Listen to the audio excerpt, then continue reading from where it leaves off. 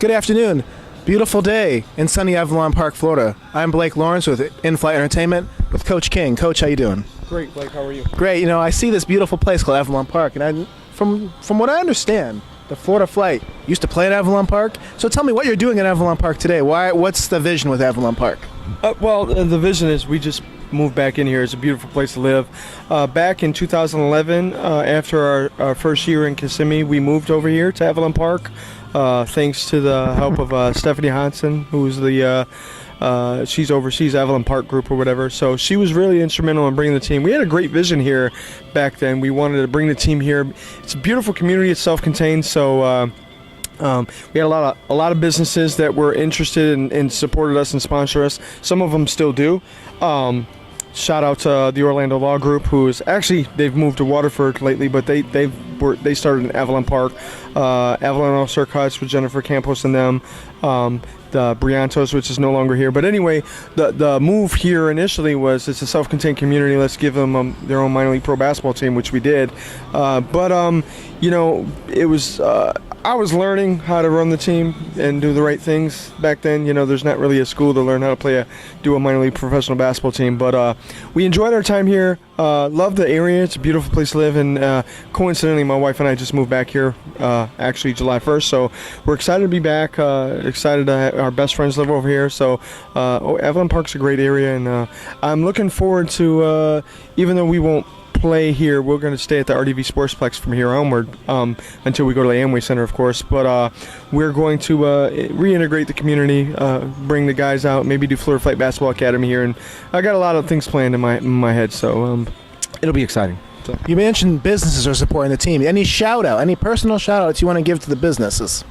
Well, like I said, a big shout out to Jennifer Schmidt from the Orlando Law Group. Obviously, she's always, every year I can count on her to sponsor our Holiday Toy Drive game, which is what we do to collect toys for the Children's Home Society every year. Avalon All-Star Cuts has always been a big supporter.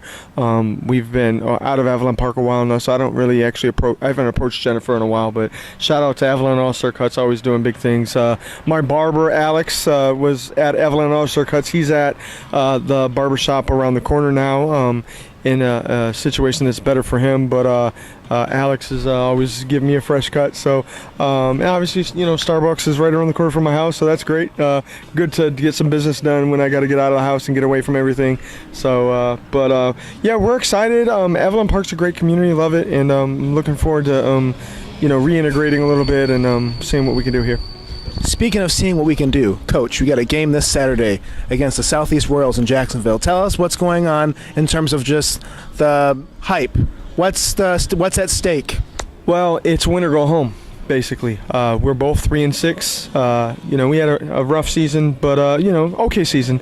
But we're both 3-6, and basically it's win or go home. If we don't win, one of us is going to be the fourth place seed in the playoffs, and one of us is going to go home for the season. So hopefully we can pull out the win.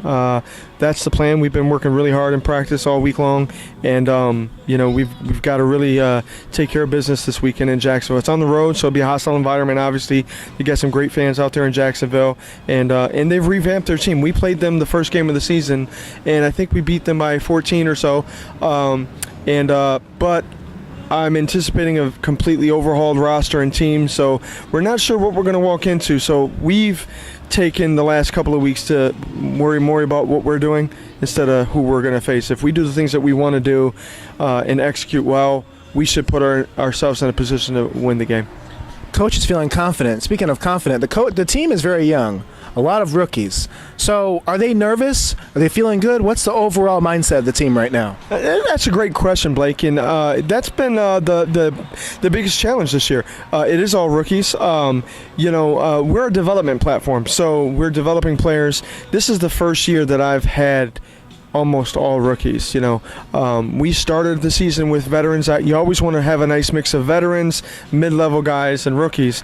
We brought in a lot of rookies this year, and the mindset of them though has been eggshells. We're still teaching them the pro game. They're good basketball players. in terms of especially athletics and skill or ability. When it comes to basketball IQ and skill development, the pro game is so much different than college or even high school. And some of these guys, one or two of these guys, are just very talented guys that hadn't get an opportunity to play in college. So we've taught them a lot of basketball IQ. And that's been frustrating a little bit this year because you're reteaching and restating things over and over and over again. But I love our guys. I understand it's a development platform. I want them to be to grow. And the biggest thing that at this level, the biggest transition point is, it's not about having skill, athletic ability and strength and quickness or whatever. It's about what you do with that quickness. And so from a basketball IQ standpoint, you've got to be able to make the right decisions on the fly, know how to make the extra pass when you have it, know what it means to be open, and the level of the window of opportunity to get a shot off in the FBA is shorter and smaller. So knowing how to get your shot off quicker and at the right time, or when it's time to pass or dribble. So it's been an interesting year, but I love our guys. Our guys' mindset is basically like this. When you can come to the last game of the season, it's like, here's your mindset. What's at stake is you win or you go home. Anybody want to go home right now? I asked this question last night, and we've been doing this since January. So 7-month season, nobody's ready to go home, especially now when we're just kind of peaking and getting it. So they're excited. They're we'll see what happens Saturday. I'm optimistic. I feel like they're as prepared as I can make them be, and I think we'll end up on top. I think so. But again, Southeast Royals first-year team. They've done some great things. They got some great players, great coaching staff. Very solid season for a first-year effort in the FBA. Can't take nothing away from them. It could go either way. So just gonna come down to basically who wants it more. Who wants it more? And speaking of who wants it more, I think we want it more. I like that, Coach. Now, Coach, talk about the future of the flight. I understand former player John Sullivan was going to be a coach. Tell us more about what he was going to do and the future of the organization in terms of coaching. Yeah, for those who are just catching up on that, John Sullivan was a player of ours in 2016. Never really caught on. He was in this mix in this time in his life where he actually got a job at EA Sports, and he was a very great Madden player. He was on the Madden development team, so he was winning tournaments and everything. So that year we were practicing 4 a.m. to 6 a.m. So that's a tough thing to do. Very tough. Yeah. So, but John was a great guy. He was humble. He never really was a problem at all. He always did what he was told, but he was just balancing life. So he didn't exactly get the playing time that he wanted, but he knew it because he couldn't commit to it. Like, when you're up at Madden, working on Madden all night, and then you got to get up at 4 a.m. It's tough. But John was recently had an altercation out in Ocala, and he was shot. He was murdered, and in that altercation. So obviously a very somber situation, but John and I had just reconnected. He had posted something on social media that he wanted to get into coaching, and I saw it and I said, well, hey, if you want to coach, what are you doing? Why don't you you don't have to have the same level of commitment to be a coach as you do a player.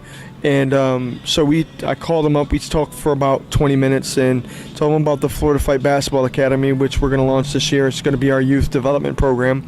And he was very much interested in becoming a youth Florida Fight Basketball Academy coach, and also getting on the benches as an assistant / video coordinator. Very entry-level position, but I try to be a platform where other guys can get in and use and springboard themselves into other things. And so we were working on that. And in fact, the day before he was murdered, we were moving, so I was selling my dining room table. He was going to buy my dining room table for me. And I woke up the next morning, Coach Louie had mentioned that, hey, did you see what happened to John? He got shot. And I was like, John who? No way.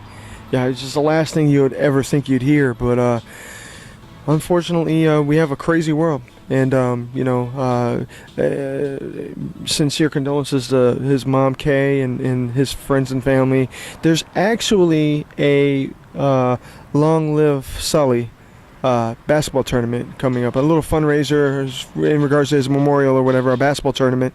I think it's in Ocala in a couple of weeks, and we're actually going to send our old school jerseys to one of our former players, Danny Rodriguez. He's going to go out there. He's got a group of guys that are going to go play in it, just to support, show the Florida Flight, a little bit of respect for John and his family, and it won't be Florida Flight players, but it'll be Florida Flight jerseys. Just that hopefully we will be in the playoffs that day playing against the St. Pete Tide, hopefully. So we really couldn't commit to going, but it's extreme sorrow. That's the second player in 3 years that has passed away from us. Chris Ewell from Rollins passed away before he was headed to Japan. So it's been tough. A coach isn't supposed to bury his players. It's been somber. And then we have Demas Armani Centrone, the little young fella, the son of Demas, who played for us, that passed away as well. So, it's interesting. We've had a lot of different things happening. It's very unique situations, a lot of history with the Florida Flight, a lot of things happening that just rare, But we endure, we carry on, we continue to invest in the lives of others with the platform of basketball, and honor those who have passed on before us, and just represent them in all that we do. I love that, Coach. I remember being at a practice and you used the word fortitude. It seems like that word is really manifesting itself in all these trials that happen. Tell us more about that word and how it's holding your team together. Well, what it comes from, I was reading that word. I was just shocked at the last 3 years. We've had mediocre seasons the last 3 years. But what a lot of people don't know is, this year, for instance, in the middle of the season, I had some health issues that popped up that I had to handle. Possibly cancerous situation. It's not. We've narrowed it down to what's going on, so I'm okay.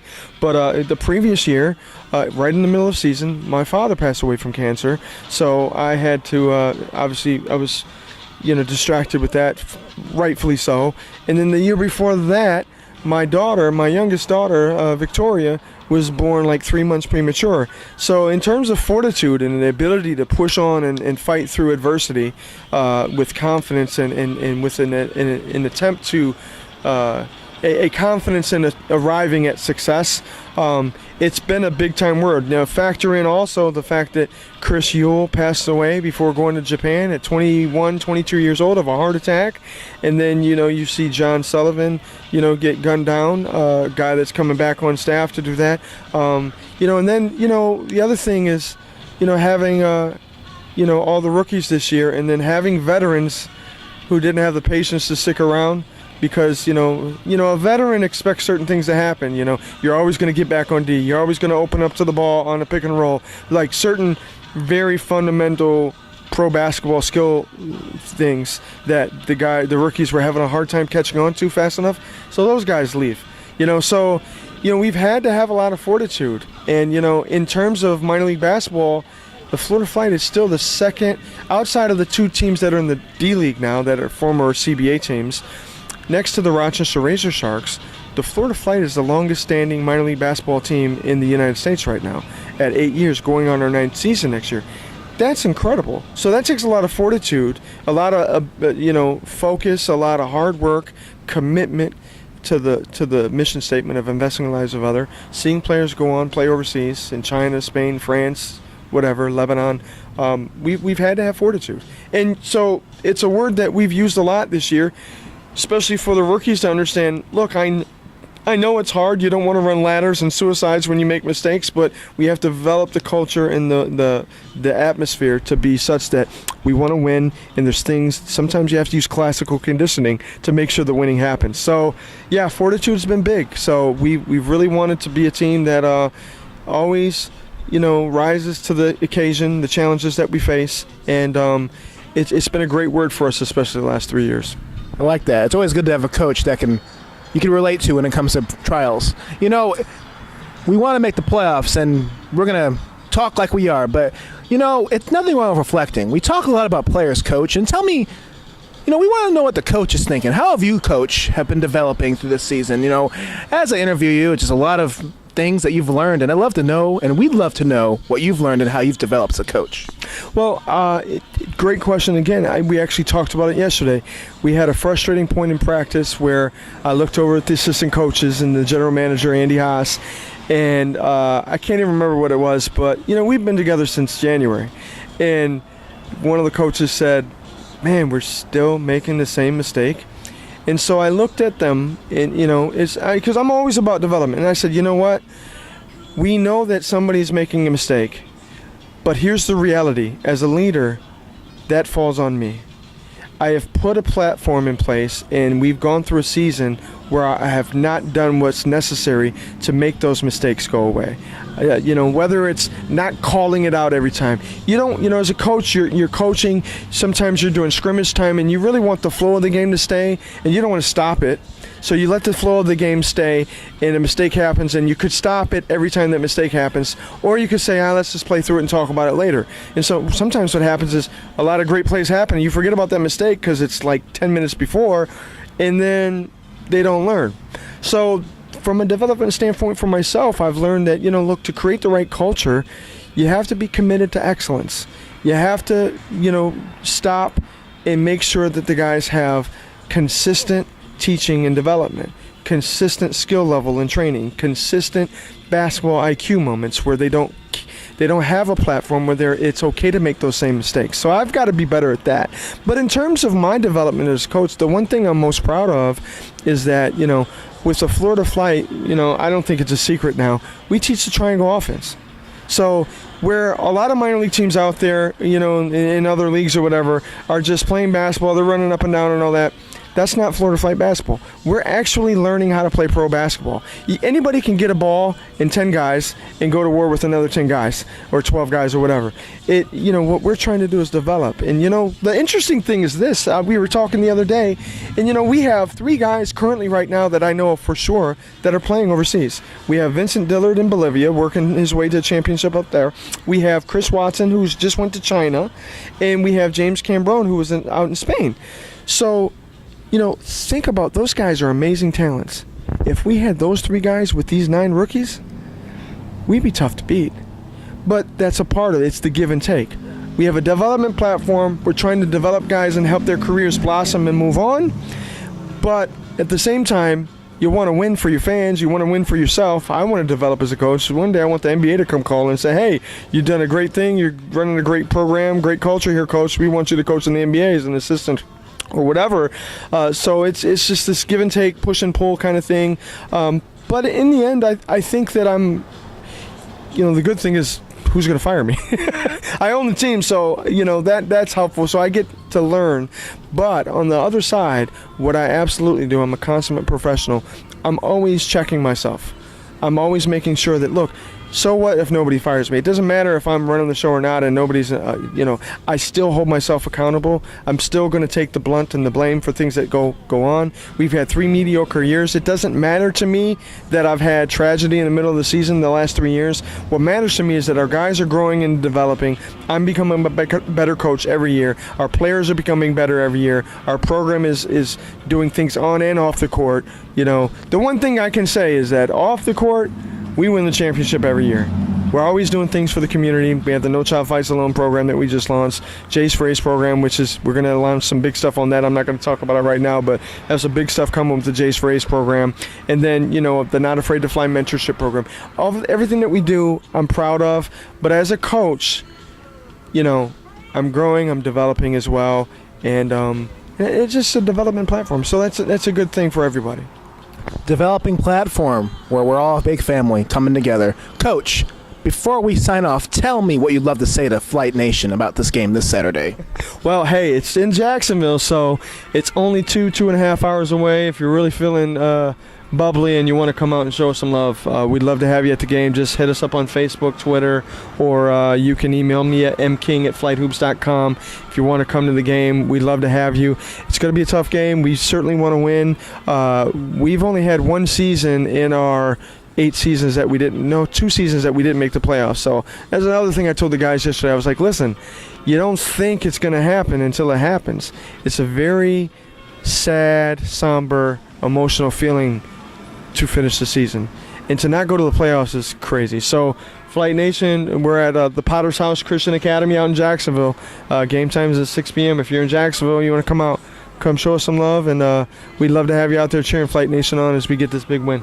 How much are the tickets, Coach? I believe they're $10, maybe a little less. I'm not actually sure. I can find out, but it's definitely less than $10 or less. That's pretty much the standard in this industry. But if you need a free one, let me know. I'd buy you. You're willing to drive out to Jacksonville, I might buy you a couple tickets. So certainly would love to see that. You let us know. But obviously we appreciate the prayers and the support of Flight Nation as we try to make Orlando proud. That's the whole goal. So. Flight Nation, you heard the man. This Saturday, July 15th in Jacksonville, Florida Flight versus the Southeast Royals. I'm Blake Lawrence with Coach King. We'll be with you on Saturday. Thanks, Coach. Thanks, Blake. Not a problem.